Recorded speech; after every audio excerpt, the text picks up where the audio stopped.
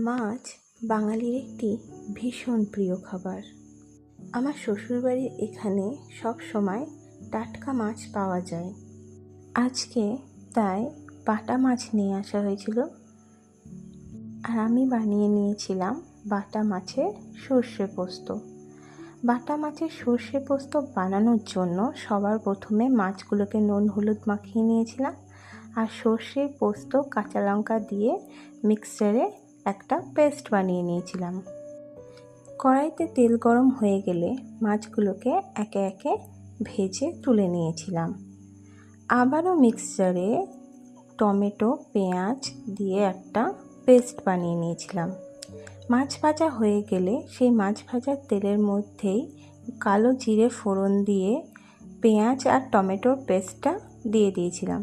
সেটা দেওয়ার পর ভালো করে নাড়াচাড়া করে নিয়েছিলাম